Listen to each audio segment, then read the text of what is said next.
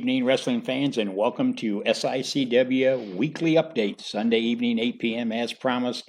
And we have a list of things we're going to be talking about tonight. But the most important thing is Dr. Drew Ebenhouse in the house, as I promised. I told you he's been on assignment, doing a lot of research for us. But you were here. Welcome. Glad to be here. I don't know that I'm the biggest thing going on. I appreciate you saying that, but it is my pleasure to be here. Yourself and Brian Whitaker nail it out of the park every week, informing folks what's going on with SICW and informing folks about where we're coming from, the origins of what we're trying to do and pay tribute to. Well, as we've been telling you, if you're just joining us for the first time this week, we started this weekly program to give you some updates of the history of wrestling at the Chase, which started back in 1959 on television. Wrestling was going on way before then, but on television, 1959, 60 years this May, if it would have stayed on television. Crazy. And what a lot of great history. And we're going to talk about that throughout the evening and throughout the weeks coming up. We've showcased some of the greats, starting with Sam Muchnick, Johnny Valentine, Pat O'Connor, and we're going to be talking about another great individual tonight. But first, let's kind of recap for our viewers last night. What a night. It was a great night. Had a title match on the line, and why don't you tell them what all took place with that? Billy McNeil, he was undefeated in singles competition for, I believe, 8 months. He'd been on a tear. He defeated former champion Ken Casa in singles competition. He recently defeated Chris Hargis in singles competition in a tremendous match. Earned himself a crack at the top prize in SICW. Came this close multiple times, but Steve Fender, the experience plus the rule manipulation expertise, shall we say, of Steve Fender was just enough to get the job done. But Billy McNeil, I think, even earned more fans even in defeat. So heck of a match. Has nothing to be ashamed of. He gave it his heart. The crowd was behind him 110%. But, of course, taking on two men, basically, with the Travis Cook. Of course. Always there. You can never focus on your opponent when half of your attention has to be behind you, on the side of you. Now they've got fireballs that they play with, so you just don't know what you have in mind there. So no idea. It was a great match, and Billy McNeil, as I said, really gave it his heart. And then we moved on to Flash Flanagan, his match. Flash Flanagan versus Ken Casa.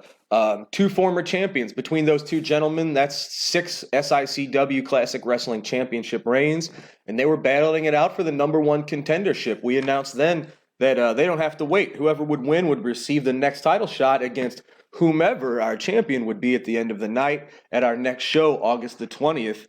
Flash Flanagan, Ken Casa. April 20th. Pardon me, April 20th. And back and forth, even battle between two guys who know each other pretty well, and someone that we thought we knew pretty well, Ken Casa. Flash Flanagan had injured his shoulder on the outside of the ring. Ken Casa seemed like he wanted to help Flash. He was holding the ropes, telling the referee, slow down your count. I don't want to count out. And as soon as Flash stepped through the ropes, Casa snatched him up in a small package, got the 1, 2, 3.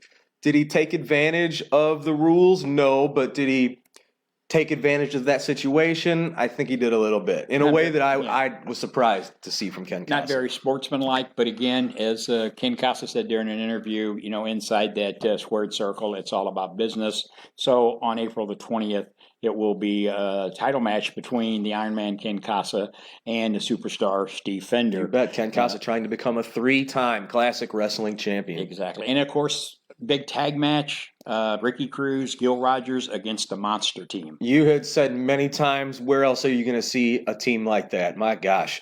Ricky Cruz and Gil Rogers, the experience between those two guys. You probably have 35, 40 years. Gil Rogers, about a 19-year veteran. Ricky Cruz, about the same. I'm not sure exactly when Ricky Cruz started, but a team of a lot of experience. It was their first time teaming up together against two men that had teamed up together before, but I don't know if they can be on the same page. Yeah. Talking about 444-pound Kowalski and Attila Khan. So you had just a team of mayhem, the Monsters of Mayhem. Shout out to, I believe, Stevie Ray for coining that team name. Against two guys that could do it all. And unfortunately, one match was not enough to contain everything going on between those four men. And we're going to show you some clips of that a little later on in the program. But every match from last night was, in my book, a main event. The fans were texting me all day today and sending me messages and telling us I was off the chart. A capacity crowd once again. Absolutely. At the East Cronlett Community Center. Our thanks go out to all of you who are following us tonight that showed up at the show. We say all the time, if you want to have a good time, come to an SICW event. And I think we proved that again last night. So no question. April the 20th, our next show in East Cronlett, but we got a show coming up in just a couple of weeks we're going to talk about. But let's move forward to what we're here for tonight, to talk about some of the history and the legacy that wrestling at the Chase has left. And tonight we're showcasing one of the greatest of all times. I said last week, if you walk down the streets anywhere in St. Louis, Belleville, O'Fallon, anywhere in the Midwest, and you ask them who the toughest wrestler was in the business back in the day, 9 out of 10 times they're going to tell you Dick the Bruiser, and that's who we're going to talk about tonight. You got that exactly right. I almost wore my Wrestling at the Chase shirt over here just to basically relay that same story. You can find the Wrestling at the Chase t-shirts at our shows in East Cronlett or over at South Broadway, and it's basically an invitation to make new friends when you wear those out in public. I frequent Soulard Market quite a bit, or just anytime you go out to the store, anywhere, a Wrestling at the Chase t-shirt is going to strike up a conversation with at least probably one or two people when you go out. And if not the first, one of the main names you always hear, Dick the Bruiser. Oh, yeah, without a doubt. Anywhere you go, as Drew said, you go into a restaurant, whether it be fast food or whatever, if you've got one of those shirts on, or if you just strike up the conversation of Wrestling at the Chase, everybody that you talk to basically will say, oh, Dick the Bruiser's this, or King Kong Brody or Johnny Valentine. But again, tonight we're going to talk a little bit about Dick the Bruiser. We want to show you some clips. We're going to start off from back in 1965. Dick the Bruiser against the young man, Danny Dolly. Let's take a look at Dick the Bruiser back in 1965.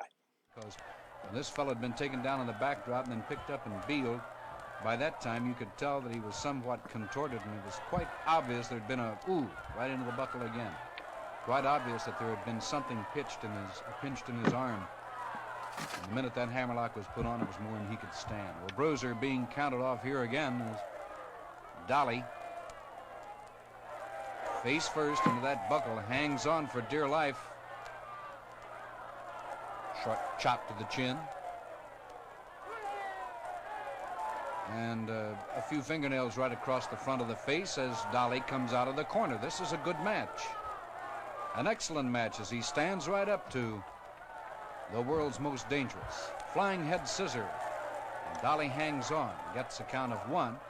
And that count of 1 is reversed by Bruiser, who very quickly rolls Dolly's shoulders down to the mat.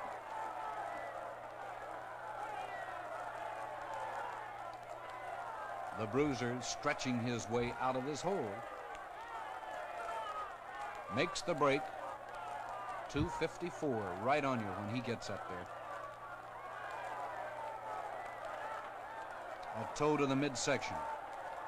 And again, that one landing just above the heart. That one right in between the rib cages. And out of the ropes, through the ropes, goes Danny Dolly. Good-looking fellow. And a heck of a fine wrestler. There's a short right. Came off those 21.5-inch arms. This man is amazing.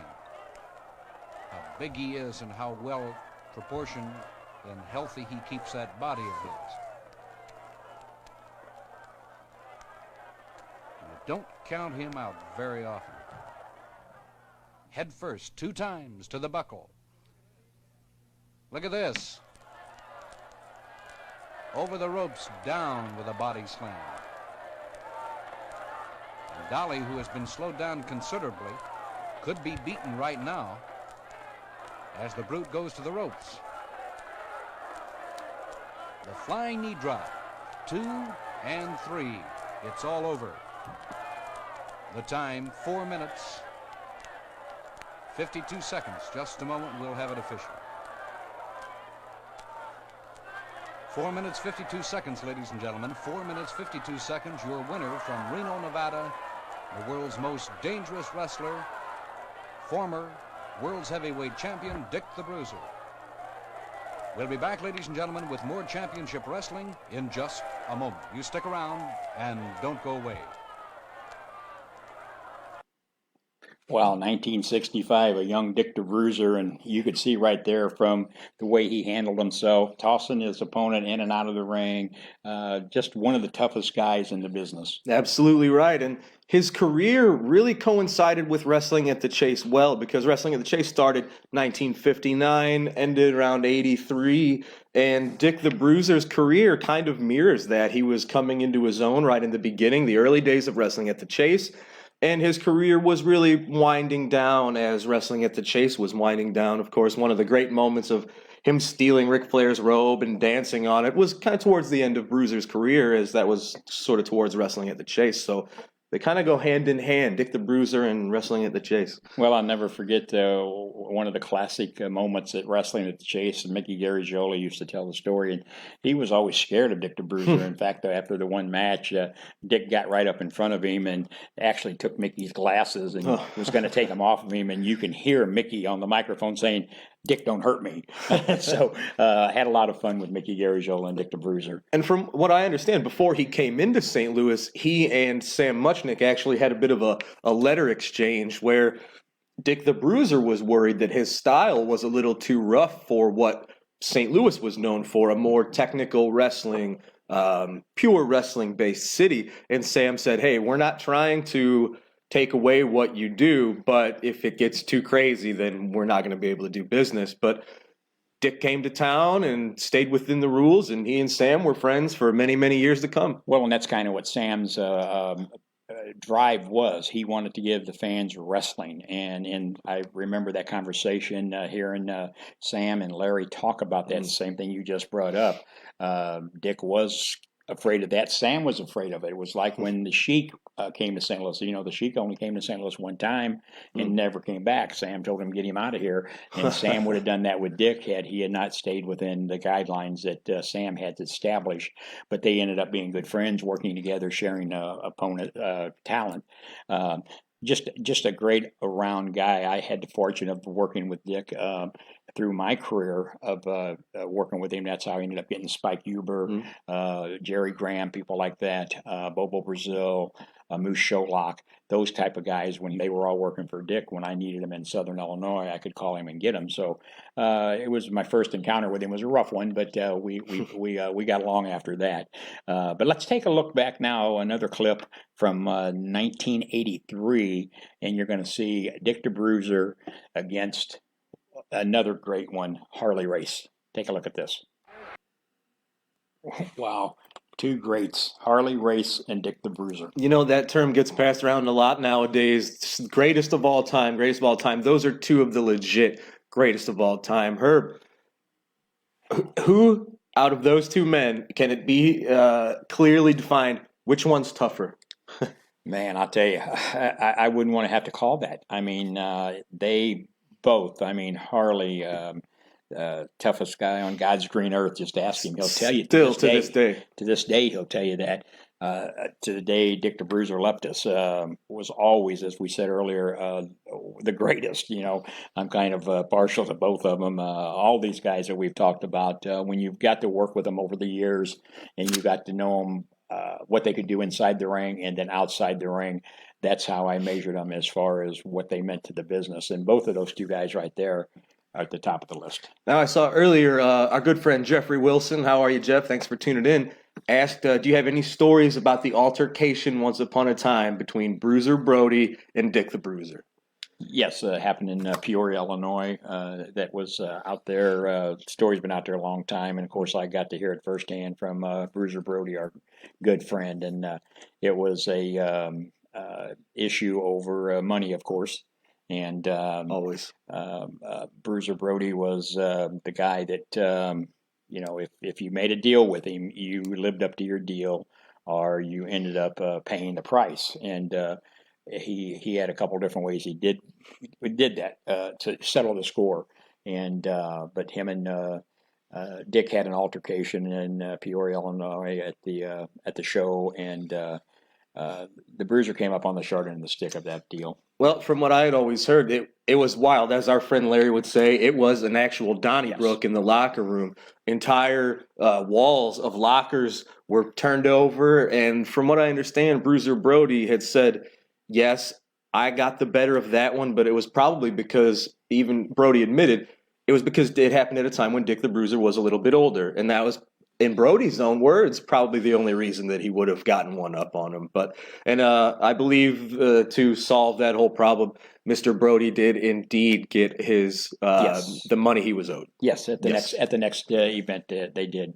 But that's and that was aside the story I heard from Bruiser Brody, of course. But let's go on to. We're going to go back 1980. We're going to go back just a little bit, and the reason we kind of mix these up is because we're going to lead into this next opponent of Dick the Bruiser. But go back to 1980 and see Dick the Bruiser against the Baron.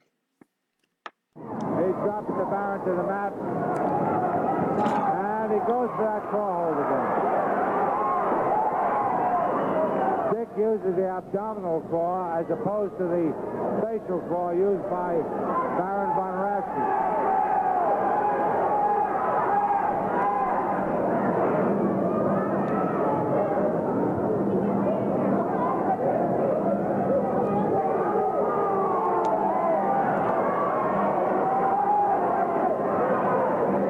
Bruiser twisting that leg as the foot of Baron von Raschke. Trying to break the foot right off at the ankle. Oh, man, he's putting a twist on it.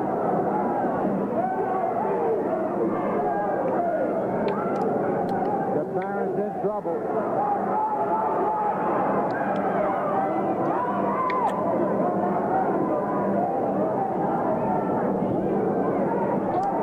Working on that foot and leg of Baron von Raschke. There's a 2 count.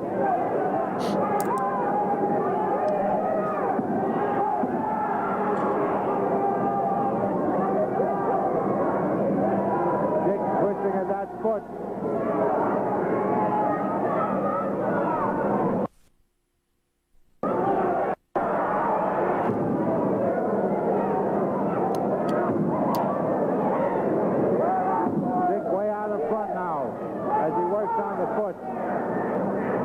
Keeps beckoning to Reverend Hampton. He would love the Reverend to get into the ring. He wants to damage the Reverend. The Reverend always seems to avoid Dick one way or the other. Now Dick has the Baron and he plants him into the turnbuckle. Baron is staggered. Ratchet the Baron into the other turnbuckle. Now Dick has him up. A punch to the chest. Drops the Baron to the mat. Now he has him over the rope. And Reverend Hampton is getting in the ring. And oh, he hits Dick on the head with that metal stick, that rod that he calls a prayer stick.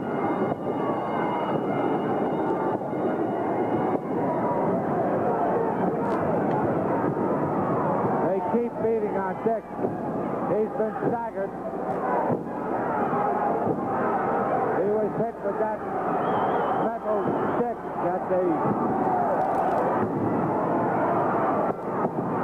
Reverend calls it a prayer stick. But right now, Dick is fully recovered. He's back on his feet. He has won the match, but he won it by disqualification.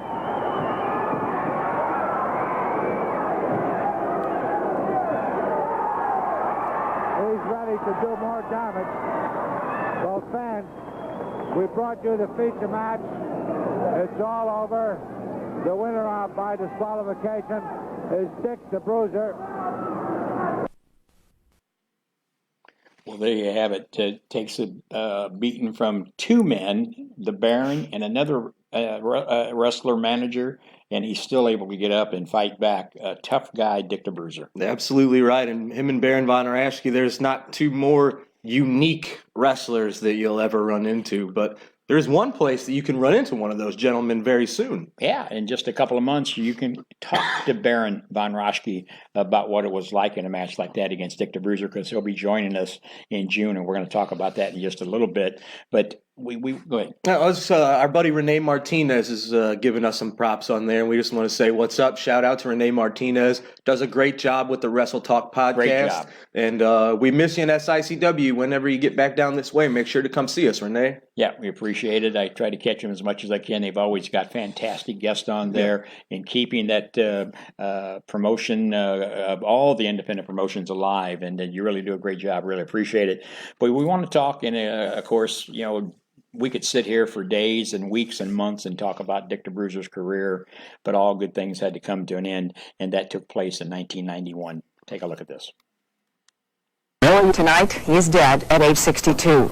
He was a man who seemed larger than life both in and out of the wrestling ring, and tonight Hendrik Sabrandi profiles a person who helped to start the pro wrestling craze. The world's most dangerous wrestler, Dick the Bruiser! For over 3 decades, he ruled pro wrestling. A huge man, even at 5'10", Dick the Bruiser towered over opponents and put big footprints on a sport that was nothing much to speak of until he came along. People would not miss a Saturday Night Wrestling if they knew Dick was going to be involved in it. Beginning in the 50s and running all the way into the 80s, Dick the Bruiser cultivated an image as a rough-and-tumble, good old-fashioned American hero, a John Wayne of the ring, who an old associate of his remembers had a charisma that wrestling fans found hard to resist. I'm going to break them and I'm going to take their nose, pull their tongue out. They saw up an idol. And like any idol, if you were in the same room with that idol, and he responds to you, if he's looking out into the crowd, you think he's looking right at you. Richard Afflis was born in Delphi and attended high schools in Indianapolis and Lafayette. He wound up playing football for the Green Bay Packers of the NFL, but soon it was the money and theater of wrestling that lured him into the ring. He would just, kind of like turn to the crowd, and just, raise his hand, and they go crazy. They could go crazy.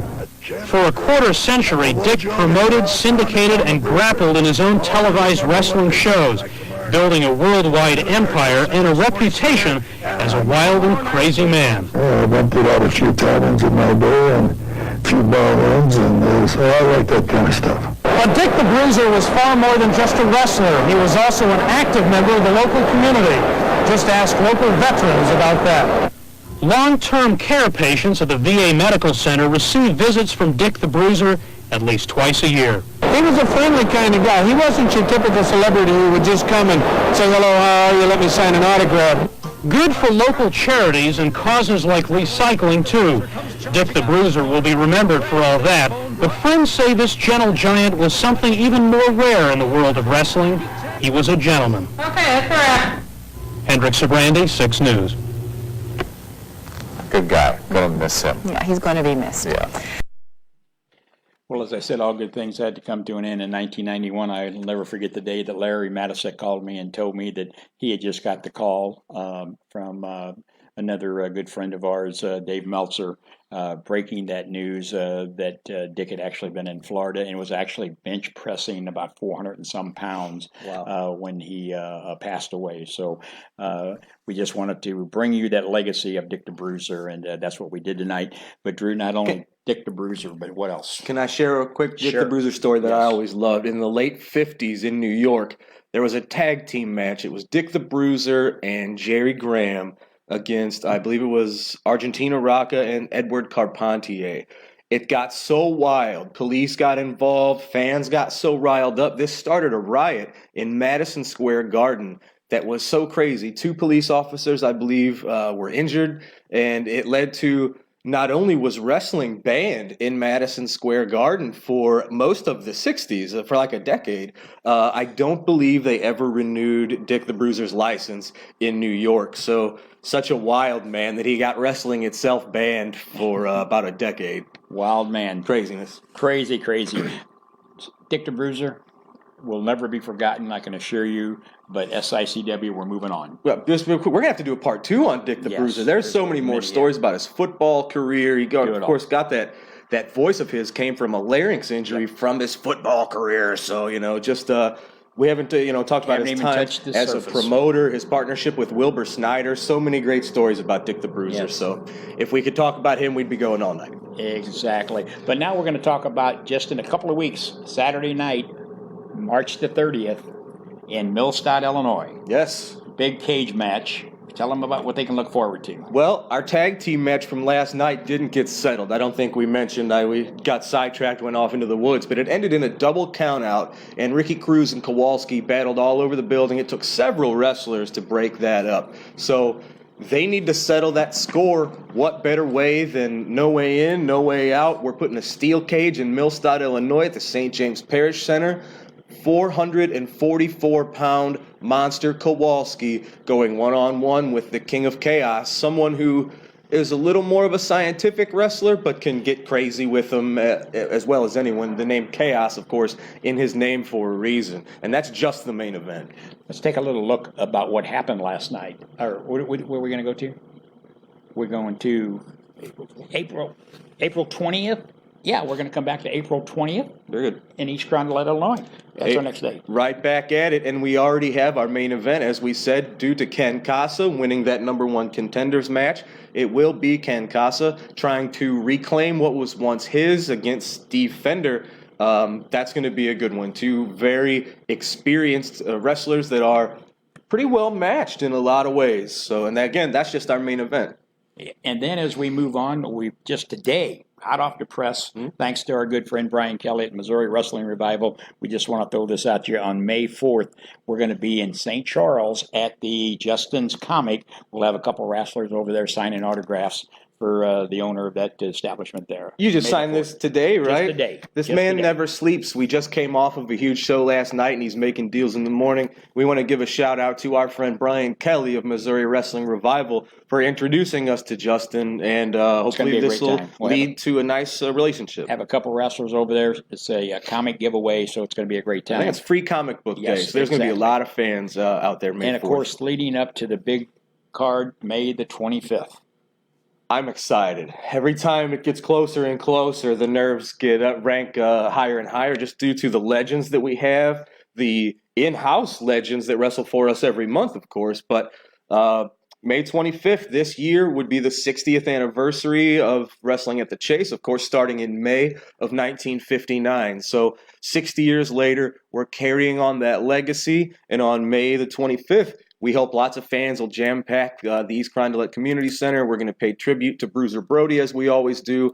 And it's a sad one, but this year we're also paying tribute to our great friend Larry Matisic, Killer Tim Brooks, great wrestler from Texas and many of the Southern Territories that worked for you in the past, along with NWA champion Rugged Ronnie Garvin, the Hands of Stone. I believe Cowboy Bob Orton will be in the house. And as always, one of the most lovely ladies you'll ever want to meet, Barbara Goodish, the widow of Bruiser Brody.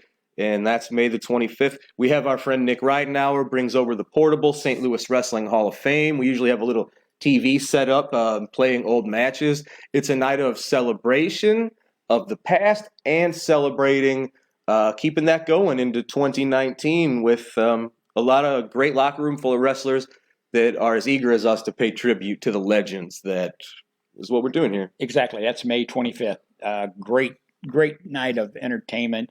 As you see there, Killer Tim Brooks worked with us with Bruiser Brody and other great local talent that we had back then. So you want to mark all of these dates down, and we'll have them up on our website, and we're going to be talking about them as the weeks come. But we're going to be getting into June, 2 big shows in June.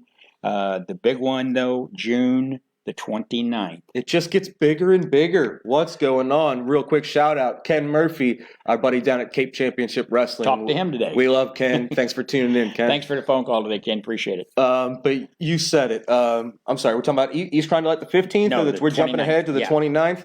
A venue that I am honored to ring announce in for the first time. There's been a lot of legends in this building, talking about, of course, the Belle Claire Fairgrounds.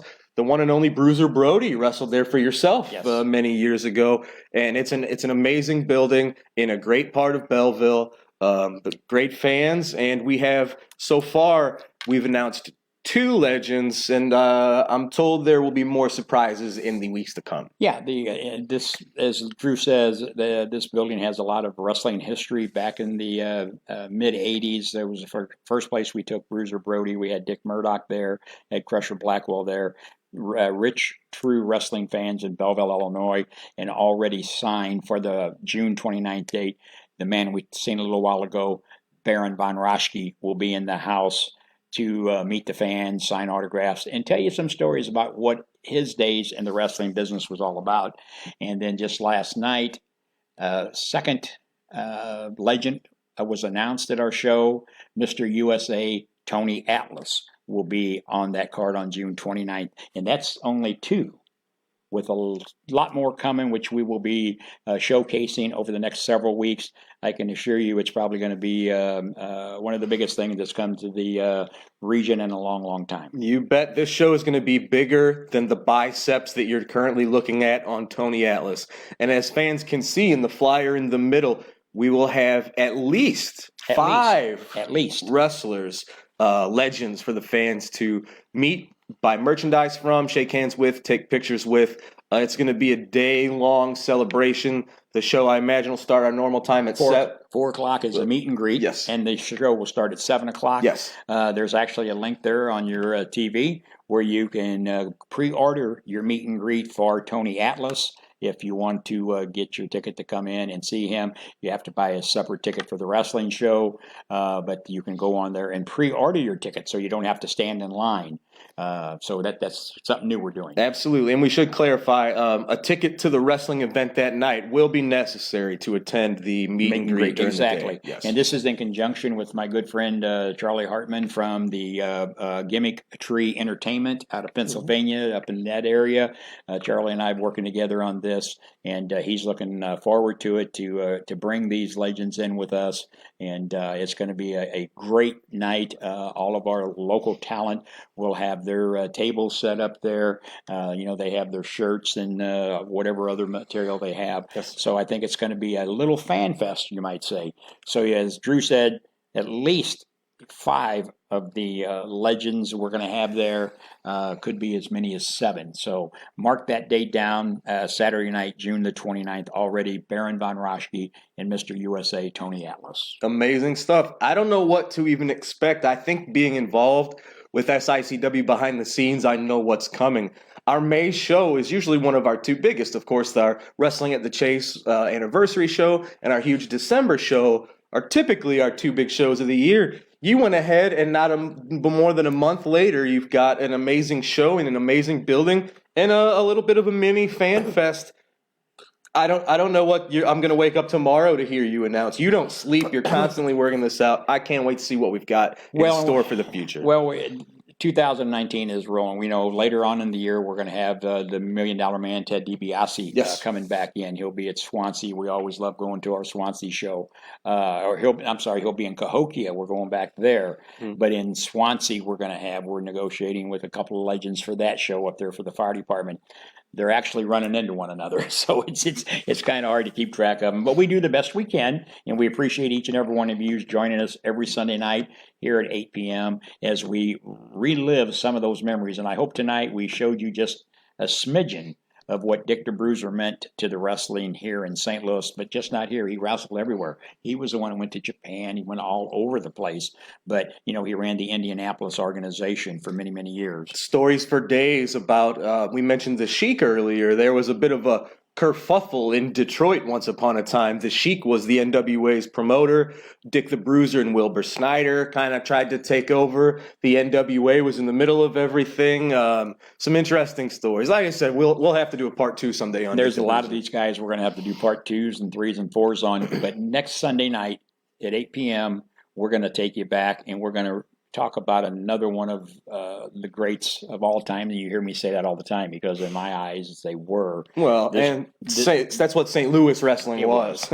But this gentleman that we're going to be showcasing next Sunday night, none other than probably right up there on the top with these other guys, Jack Briscoe. One of the, if not the most scientific wrestlers I can think of. Of course, he and Jerry Briscoe, his brother, I believe, are Chickasaw Native Americans out of Oklahoma, and they are 2 bad men. Jack Briscoe, he's clean shaven, he has kind of the good guy look to him. Jack Briscoe was not to be messed with, ladies and gentlemen. Jerry Briscoe still to this day says his brother Jack is the toughest man he's ever met. I look forward to letting fans get a little peek at just a little bit of what Jack Briscoe can do. Amazing talent. His matches with Dory Funk Jr. are to this day some of the best things professional wrestling has ever produced. And we're going to show you some of them next Sunday night right here on SICW Memories as we take a look back at all of the greats of wrestling in St. Louis and the area and the world. So if you liked what you've seen here tonight, tell your friends, tell your families every Sunday night, 8 p.m. right here. Thanks for joining us.